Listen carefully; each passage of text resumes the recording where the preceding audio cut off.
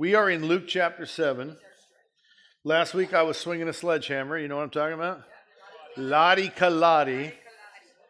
And this week I'm not swinging a sledgehammer. We have moved on. And we're going to go to from verse 11 to 17. And read along with me. It's up behind me. Soon afterwards, he went to a city called Nain, and his disciples were going along with him, accompanied by a large crowd.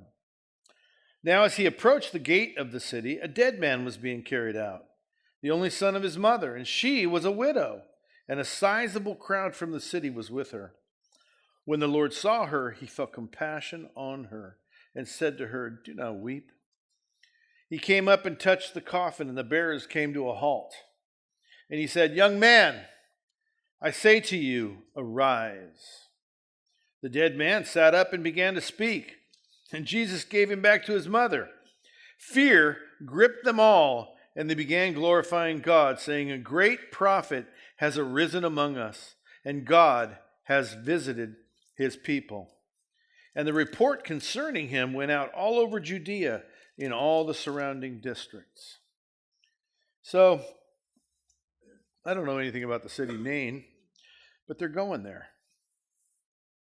And it says, this first verse says, he went to a city called Nain, and his disciples were going along with him, accompanied by a large crowd. This is something for me, that wherever Jesus is going, to whatever city I know or don't know, to whatever place I'm aware of or not aware of, I want to be going along with him. As a disciple of Jesus Christ, I want to be going along with him. I want to go where he goes, do what he does, say what he says, stop when he stops, turn when he turns, start again when he starts again. I want to follow Jesus and be with him. And it's just like, you'll see this quite often. He'll leave his disciples, and then they'll reunite. They'll accompany him. They'll catch up with him. They'll chase after him. They'll go where he said and wait for him. The whole 3-year ministry is them going wherever he takes them, doing whatever he tells them, knowing that the whole goal is to come back and reunite with him. The practicing of the presence of Jesus. I saw a TV interview this week of Kathryn Kuhlman, who died many years ago, died when I was a teenager. But she was a miracle, did miracle seminars, not seminars, conferences. She prayed for people, and the testimonies of her miracles were renowned all over the world. And she had a TV show, and she was really airy-fairy and weird, but she had crazy things. Who's heard of Kathryn Kuhlman, right? Yeah, you know what I'm talking about. Okay, so she was interviewing with, I don't remember the interview. It was either Mike Wallace or Merv Griffin. I think it was Merv Griffin. Anyway, she was on a public television show, regular network channel, one of those famous talk shows. And he's asking her, so how much time do you spend with him? And she goes, well, every minute of every day. No. Do you like go in a room and pray out? She said, no. Then I would have to give credit to doing that. No, I practice his presence 24/7. I go to sleep knowing he's with me, and I dream knowing he's with me, and I wake up knowing he's with me. And every action, if I think, oh, I could have that, and I read, he's with me. I have to. Does he want it? What I take into my life belongs to him, and following Jesus. So she used that word, and it shocked me. She said, practicing the presence of Jesus. This is something I've done. I've taught all my Christian life, is this practicing the presence of Jesus. They were accompanying him. They following him. They're going where he's going, to a city called Nain. You know, who knows Nain? I don't know Nain. Why are we going there? Well, I'll catch you when you come back. I got no reason to go to Nain. Well, except Jesus is going to Nain. And so they're in this crowd, and this crowd's following. Now, what most of the crowd's following for is because he does things like healing centurion servants. He does things like miracles, like leper calling from a distance, hey, you're healed. Go show yourself to the priest. all these wild miracles, blind people being healed. One verse earlier in this, already he's healed them all. And to be part of a he healed them all thing, you kind of have to be there. There's not television in those days. He's going to Nain. Well, what's he going to do? You going to heal? Oh, you want to see it? We got to be there. Let's follow him. Besides that, he's going to stop and teach like what he just taught. Love your enemy. Turn the other cheek. Do good to those who are bad to you. I mean, I'm right in the middle of a season of a couple weeks straight. When I was in Alaska, it was just all day long emails attacking me, calling me all these names from one individual, of course, and being a family member, it was hard. But I had just preached to you. I had just talked to you about this. I just told you what he says. And because I was there to hear it, because I read it, because I know it, his words affect me. I honestly wrote some pretty nasty replies. And then before the send button, delete button. Delete.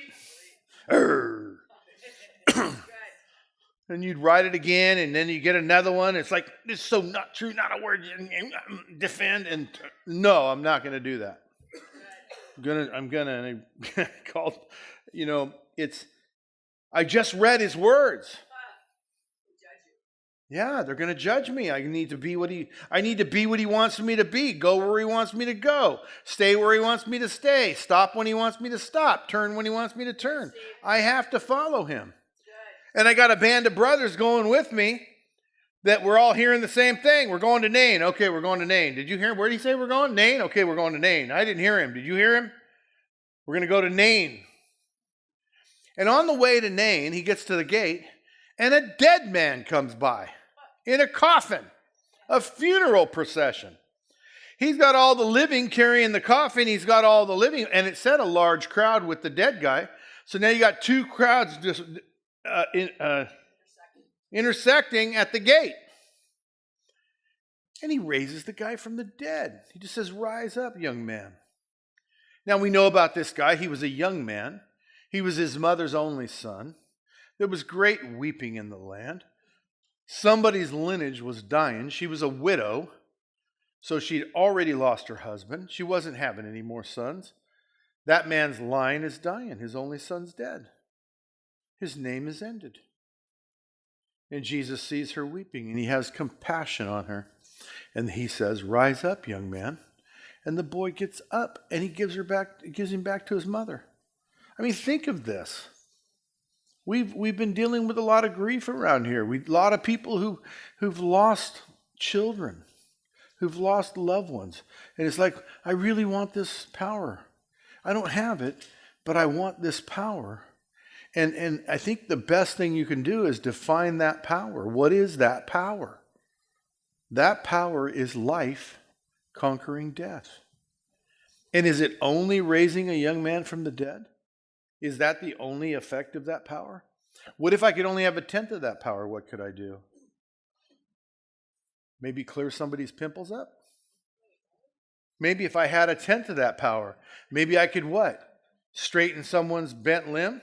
Fix someone's broken arm? I don't know how this works.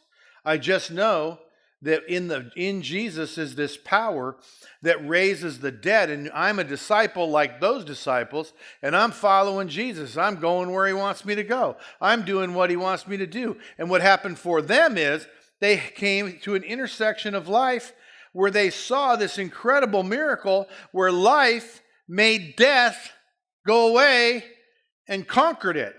And life won and came back into that young man. And I know that for me, I was living dead. I wasn't dead in a coffin, but I was alive. I was a walking dead man. Right. I think some of you can relate to being walking dead people. You walk around living death in your life. Good. And life has no power for you, only death, every decision. I've led people all the way to the mountain and had them turn around and go back. Lately, we've been suffering because we've worked so hard to help them find this experience, and they had that intersection of life and death. One of the guys in this group is Judas Iscariot. Wow. He's there, and in Acts it says he shared in every miracle. He was there. He saw this young man raised from the dead, saw this young man given to his mother, saw her weeping turn to joy, saw this crowd amazed. He was amazed and turned and betrayed Jesus with a kiss. I've seen this so many times in my life. And yet I remember my intersection with Jesus the first time. I was a dead man, and he orchestrated it so that there was a wrong number. I answered the wrong number. The guy threatened my life because he thought I was with his Stella, and I wasn't, but it was a wrong number. And I was scared and ended up jumping in this car and going to this Christian concert. Jesus orchestrated that. That guy's trying to call his girlfriend Stella, and he calls me, says, "What are you doing with my Stella?" Then starts threatening my life, which scared me because he used some pretty graphic language. And I ran to a Christian concert to make sure I didn't meet the Stella killer. So I'm in the second row, about right there. And there's an altar call. They're talking about you can know God. And I'm like, I've always wanted to know God. But the people that told me that before were hypocrites. And some unseen force just shoved me out in the aisle and put me up there. And I'm like, whoa, this is crazy. And I had an experience where I was dead, and 20 seconds later, I was alive. Okay, it wasn't a coffin. But I don't know what's better. That guy had to die again. He's not alive anymore. So he had to face death twice. I'm not sure I want to do that. Me? I haven't gone back. I was made alive at an altar, and I've been alive ever since. And my life has been incremental. I get it. Jesus raised the dead, and I wish I could too. I can't tell you how many times I've wished I could bring back a baby that we unplugged from life support. Or my best friend who died of a brain infection. When I prayed for him, how much I wanted him to come back and be my best friend. How much I wanted life to come back into dead bodies. I don't have that, I guess. Or I don't have it yet. But I do have the ability. I've led so many people who were walking dead into new life. Now, of all those people that walk into new life, some of them, like dogs, they go back to their vomit. Like prodigals, they go back to the hog pens. I guess life wasn't a good thing to them. Death sounded better, living death. And they went back. Well, this kid's raised from the dead, and the people get scared. And they make these comments. They say, "A great prophet has risen amongst us. God has visited his people." And they get afraid because life overcame death. Life overcame death. And they get terrified. They glorify God in their terror.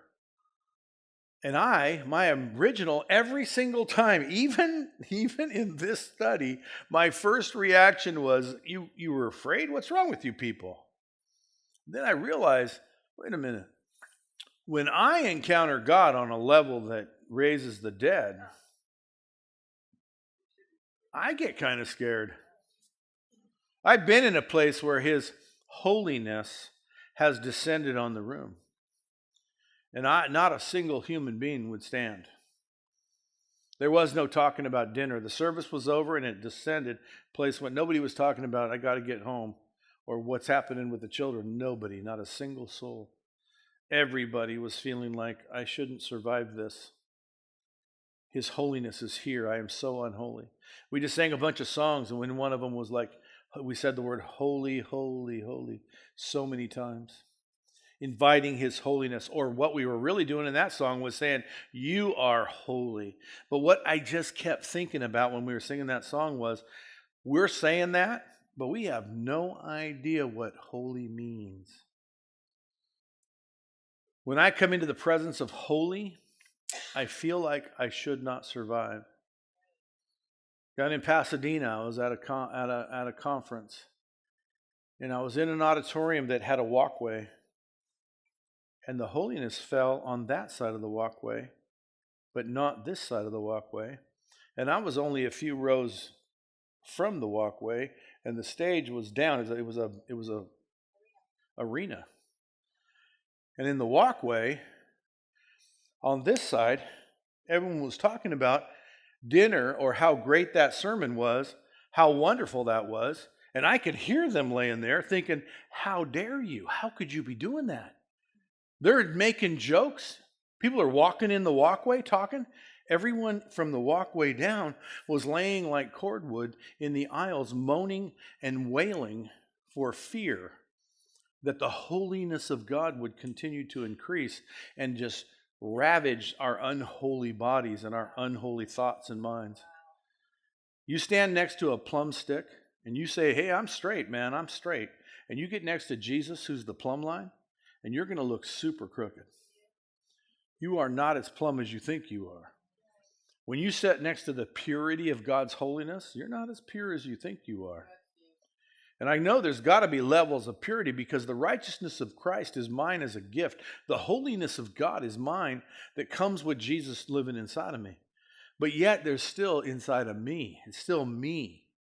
And so when we have this following Jesus, remember what we're doing, following Jesus, because he's going to Nain, I'm going to Nain. Right. We have an intersection with life conquers death, a miracle that is like unheard of. No such thing. The boy's dead. He's been dead long enough to be in a coffin. He's being carried to the cemetery. And he sits up in the coffin. Everybody's nightmare. The lid flies open. He sits up. Ah! Holiest of moments on planet Earth. The cross intersection of Jesus, the light of the world, intersecting with the darkness of death, and life conquers death. And he goes back to his mother, and their grief, joy has come in the morning. Joy has returned. My son was dead, and now he's alive, just like the prodigal, who was not truly dead in body, but dead in his decisions and in his spirit. And the father of the prodigal says, my son was dead, and now he's alive. The very same miracle. His son was born again. Now, his son was born again by a revelation from God that you know that the pigs eat better than you do here, and in your father's house, the servants eat better than the pigs. If you went home, even if he made you a servant, you'd be better off than the pigs. That's right. Here, they feed the pigs first and you last. He had a revelation, was born again. My Father is good, and life conquered death. Here in this story, Jesus intersects an intersection he planned. In my life, I had an intersection he planned. Many of you in the room have had intersections. Many of you have spent many years coming to this life-altering thing, this growth in Jesus Christ. I know many of you in the room who have gone in and out, just like the hokey pokey. You put it in, you take it out. You put it in, you take it out. You turn about and you freak out and you're screaming and yelling, woe is me. You put it in, you take it out. You just repeat the same dance. Wash, rinse, repeat. We just do the same thing, but I have hope. Someone asked me in between services, how do you do this with people failing? But for the grace of God, there go I. If they're willing to try again, I'm willing to try again. Someday they're going to quit hokey pokeying. Someday they're going to step in and say, that's it, I surrender, I give my life. There are people in the room, I've seen them do it 3 and 4 times, and then they caught. Then it was like fish on, we got them. We gaffed them and got them in the boat. I think the boat was going to get them to heaven. It looks like it. It's looking good from my point of view, because we finally had an intersection where right was right and wrong was wrong, and never the twain shall meet. Where they were going this way and they repented, which made them go this way. Where they were aiming at the mark instead of just firing willy-nilly wherever you want. If you don't understand that, you'd have to, well, forget that. So we have this crossroads with Jesus, and some of you have had it and some of you haven't. And I'm telling you, you need to come to the crossroads where life conquers death. I tell you, 46 years. I don't know why. I don't know why me. I met him at that altar. I've never turned back. I've never backed up. I've never thought of turning back. It's never crossed my mind. My eyes are on the prize, the upward call of God in Jesus Christ. I'm running a race, but this is another thing I believe that makes me like this. I believe I get the prize when I get there. I don't believe I got the prize at that altar. Right. I think you do well to come to that conclusion. Right. To constantly be running for the prize. Right. I am running for a prize. That's right. That is eternity of living with him. And it all happened, this revelation that he's real. He loves me. Here's the big one. He didn't reject me. I mean, that's the biggest one for me. Amen. I got rejected so much. He didn't. Of all the people that rejected me, almost none of them should have. I was a sweet little boy who became a really angry man. He should have rejected me because he met the angry man. They rejected the sweet boy. You understand what I'm talking about? Some of you know exactly what I'm talking about. You ran across these people. And so I was miserable. And I came to an intersection with Jesus Christ. You can come with this intersection. Some of you have had it before and lost it. You walked away from it. You climbed all the way and then let go and fell fast. And you need to give your heart to Jesus and have this intersection with his power. Now what, 10% of his power? If it's 10%, man, you're lucky. It's going to rock your world. If it's like this kind of power that he had here at this intersection of our story, it should scare you like it scared them. It's heavy, man. It's glorious. You'll never be the same. What happened with me and my friend who were laying in that arena, we were laying there just woeing, like moaning, like, don't kill me, God. I was thinking, man, if I was him, I'd kill me. This is amazing stuff. I didn't know. I didn't know, Lord. I'm sorry. Help me be better. We've come home. Vicki picked us up at the airport. Hey, how did it go? Both of us said, we don't know how to explain this. It's like we were tied in a tight knot and he untied us. And he retied us in a correct knot. I just feel like I've been undone and put back together. I don't think my life will ever be the same. And people, it wasn't. I was born again. I had another intersection with him there. One at that altar in Stockton in 75 and another one in Pasadena. I've had them many times in my life, these intersections with his holiness, this intersection with his voice, this incredible visitation. It's just remarkable. It's just further up and farther in. It's just line upon line, precept upon, there's more. And I'm so grateful for what I have. I got to tell you this. Where I stand today, I lay hands on people and they're healed. Not everybody. I don't get why one does and one doesn't. But hey, one in a lifetime is like, wow. Right. And I've had so many people tell me their whole life has been completely given back to them. One man who was sitting there thinking of dying, I'm pretty sure he's not here. He said, all I want to do is die. My life is so miserable with all this pain and brokenness. Came up, we anointed him with oil. He showed up on the property to work with us. What? I have my life back. It was immediate. I was healed. It's like more and more of these testimonies. Just one time. That happens once in your life. It's like, wow. I'm so grateful. That's what I was telling you. I'm so grateful for what he does through me, in me, the speaking that I do, that he just brings me the word. It's just like, wow. And I got to tell you, I'm so grateful, but I'm not satisfied. Right. I'm not, because of stories like this. I want this. I want to raise. I don't care about raising the dead because I'm not sure that's doing them a favor, unless they're not saved, and then it gives them more time to be saved. But you follow me? Who would want to come back from heaven to live here? They should wake up and be mad at me. What did you do? But the point was this. I'm so grateful. I'm so grateful for who he's been in my life. I am on the way. I'm eye on the prize. I am after him all my life. I'm one of these disciples. He's going to Nain. I'm going to Nain. He's going to Orville. I'm going to Orville. He tells me stay put. I'm staying put.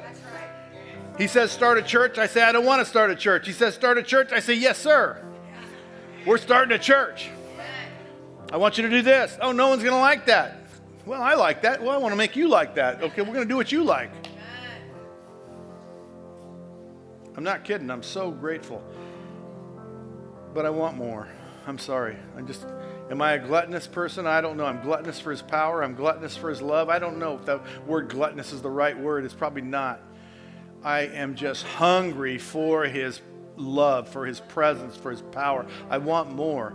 I want to be able. My friend killed himself the other day over there, and just such a precious man to me, and such a treasure to me, and I loved him so dearly, and he just went and killed himself. He didn't show up. I said, I'll meet you here. He didn't show up. He just went and killed himself instead.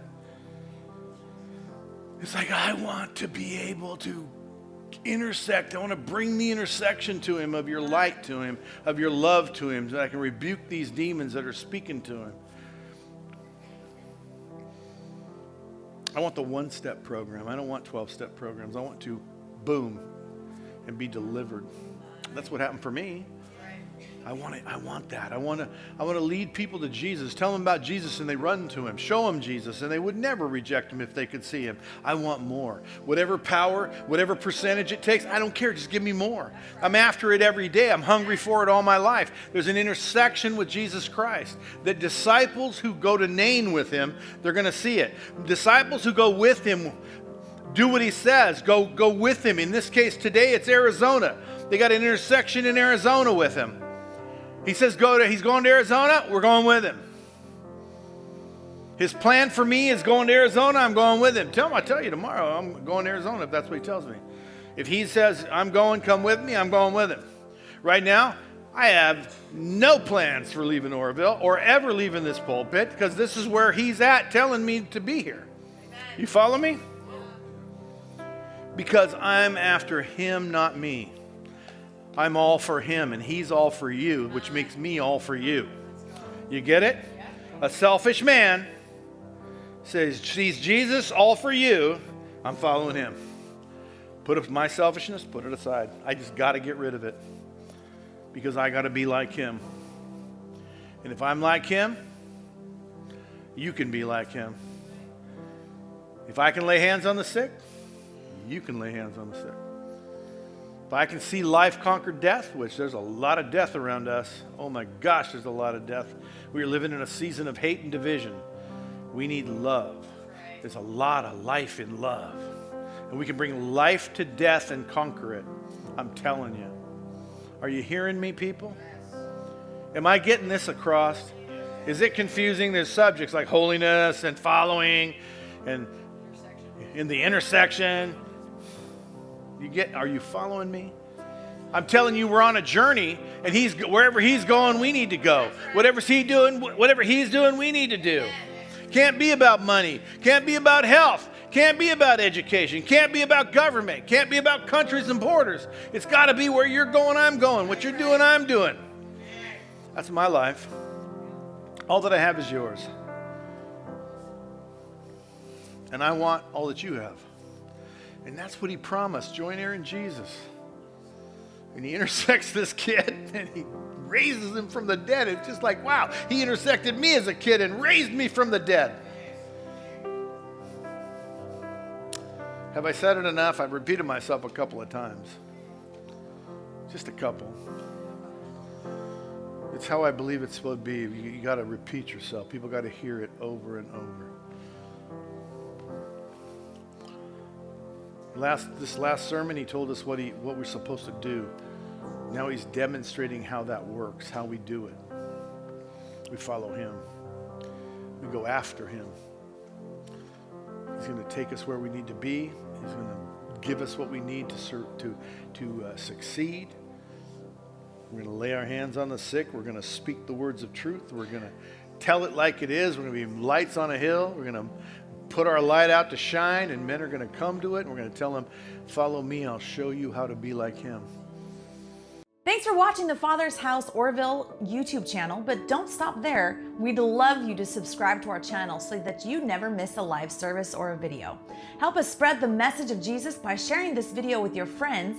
You can also support the Father's House financially by clicking the Give button. Thanks again for watching today, and we hope to see you again soon.